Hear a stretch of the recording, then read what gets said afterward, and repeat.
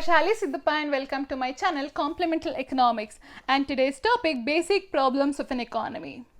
So we're already aware of scarcity topic. So just previous videos of mine in the first unit, we've already discussed about scarcity. In economy, whatever the goods and services or natural resources available, it is all scarce. So because of this reason, always we go with alternative choices. In this case, when we are talking about the scarcity, because of a scarcity, so many other problems will be raised. So these all problems are called the central economic problems. So like this, each and every economy, every country in this world, they face these are the basic problems when it comes to their country. So let's talk about the basic problems of an economy, which is even called as central problems of an economy. The first question comes like what to produce, the second one how to produce, the third one for whom to produce, and the fourth question comes like what provisions are to be made for economic growth. So these are the basic four questions which comes and faced by every country when it comes to because of scarcity. You have a shortage of goods. Because of that, you have to be very much careful, cautious, worried how you're going to use the scarce resources, how you're going to find out the alternative, the best alternatives, and how you're going to do optimum usage of resources, how efficiently you can manage the society's demand. So this all depends. So because of that, answering the basic questions of each and every country, it is really important. The first most important problem which is faced by every country, so that is what to produce. When it comes to what to produce, the first question comes here, which goods should be produced? So many goods are available, but resources are scarce. So you should be ready to answer and ready to choose which good you're going to produce. For an example, you can produce pencil, you can produce mobile, you can produce war equipments, you can produce food, you can produce consumer based goods, you can produce producer based goods. So this way you can produce machineries, equipments. So this way so many hundred things are there to produce. So in this, what you going to pick, what you going to choose to produce, which good you're going to produce, because the scarcity you have, everything cannot be satisfied.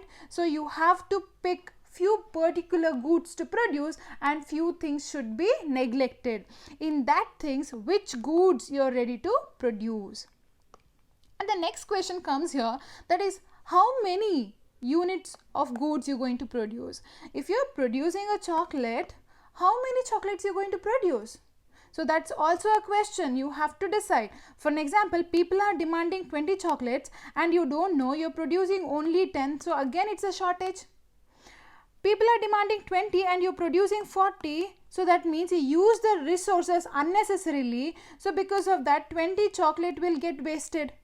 So this way, how many chocolates you're going to produce? So that is also very much important. Not only the deciding the good, with that how many units of that good we're going to produce to satisfy the society. That is also a very important question which will be answered by what to produce. And the next question comes here, how to produce. How you going to produce? You to produce any of the good, you can come with lot of techniques. There are two important techniques which we have to talk about, that is capital intensive technique and labor intensive technique. So let's talk about capital intensive technique now. The capital intensive technique, in that I'm going to use more of machineries and less of labors. That's why it is called capital intensive. If you're going to use more machinery oriented technique, in that case you're going to use very less number of labors. In that case the efficiency is going to be more and you have to invest more money, and definitely the production will be more. On the other side, you have labor intensive technique. What is labor intensive technique? Labor intensive techniques where you're going to use more of labors and less of machineries. So in this one, efficiency will be bit less, but you can create more employment opportunity in the economy. If you're creating more employment opportunities in the economy, you can increase the people income and you can increase the standard of living of them. You can reduce the poverty of the economy. So this way, both capital intensive technique and labor intensive technique, it is having its own advantage. So which one you're going to pick, that completely depends on you. For an example, to stitch a cloth, if I'm using a machine, I'm using a person, a labor who is going to stitch, the technique, the kind of technology what they're going to use, that's completely different. Efficiency of both, everything is different. It depends on the country's economy, which one they're going with, which technology they're going to prefer. If they want to prefer capital intensive, that means they're going to use more machineries. If they're going with a labor intensive, they're going to use more of labors. So both are having its advantage and disadvantage. It's up to the economy, up to the government, which technique they want to use and which is applicable for the good. And the third question, when it comes to for whom they're going to produce, it is really very important question now. So for whom they're going to produce. So society, when it comes to, so many kind of section of people will be there. Few people are very rich, few people are poor, few people are middle class, upper middle class, lower middle class. This kind of a society we are seeing. So in this case, if you're going to produce any of the good, the price of that, it is very costly. Who can afford that? Only rich people. Any of the good which you are producing, the price of that very poor, very cheaper. So maximum time, who is going to prefer this? Poor people. So this way, the kind of a price what you're going to fix, it also depends on the good which you are producing, whether that is demanded by the poor section of people or rich people. So which side of a society going to demand this good, that is also very important to address. For an example, if I am producing nano car, so definitely that is for the poor, the people who are like having lesser income, so they can go with the nano car. So if I'm producing some kind of a very costliest cars like 1 crore, 2 crore by paying, so definitely that is for rich. So this way, for whom I'm thinking to attack in the society, whom demand I'm expecting, on the basis of that also I have to think that for whom I'm producing, whose demand I'm going to fulfill. Both the section together cannot be attended. So you have to ignore one or the other section. So in this case, for whom I'm going to produce, whatever the goods I'm producing, for whom I'm producing, answering that also very, very important.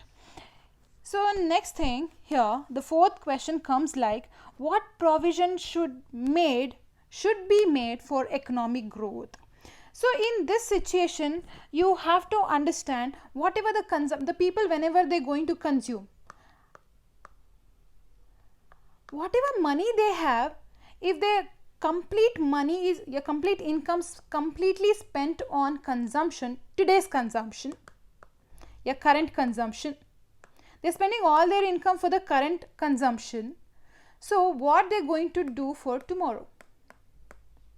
The tomorrow, their consumption will be less, they're going to struggle, tomorrow's investment will be less, tomorrow they're going to face lot of problem, including they do not know how to survive also. So whatever income you're going to get, the complete income if you're going to spend on current consumption, so that definitely you're going to face problems in the future. For that reason, what provision should be made for economic growth, the most importantly, you have to concentrate on saving and investment. Whenever you get the income, not only current consumption, you have to think about tomorrow consumption also. For that, saving your money and investing more and more money to the future, that's also very important. So what provision should be made for economic growth, that is answered by saving and the investment. You have to save and you have to invest more and more money. And so we faced 4 central problems: what to produce, how to produce, for whom to produce, what provision should be made for economic growth. These are the questions we have. These are the questions arised because of the economic problems, that is scarcity. So when you have a scarcity, you have so many economic problem, this can be answered different ways. For an example, it depends on their own country choice. For an example, being an Indian, so in India, we say that we came with the concept like mixed economy. So India is following mixed economy. All the questions are answered by mixed economy. So economic system is nothing but the kind of answers we are giving, the kind of solutions we are giving for these questions. What to produce, how to produce, for whom to produce, what provision should be made. These all questions are answered by one economic system. So these are all called as different economic system. We have three different solution classification. One is the capitalist economy, one is the socialist economy, another one is the mixed economy. Capitalist economy completely controlled by the private sector, socialist economy completely controlled by the government sector, mixed economy by both private and government. Both are going to control this. In this situation, which is the solution you think it is suitable for your economic policy, for your economic growth? Each individual country, they have their own choice, thinking and analysis. On the basis of that, they came with the solution to solve the basic problems of an economy. In India, we picked one of the solution, that is mixed economy. First we used to follow socialist, then we thought it is not going to work for us much, so then we shifted to the new economic system, that is mixed economy. So this capitalist economy, socialist economy, mixed economy, as if now I'm keeping just as an introduction. For the next exact video of mine, it is capitalist economy, so we'll understand one after one video of mine. It's completely about the economic system. I hope you clearly understood what exactly the topic is, what are the central problems and how we're going to solve it. So if you're really liking my videos, please subscribe and share. Thank you so much.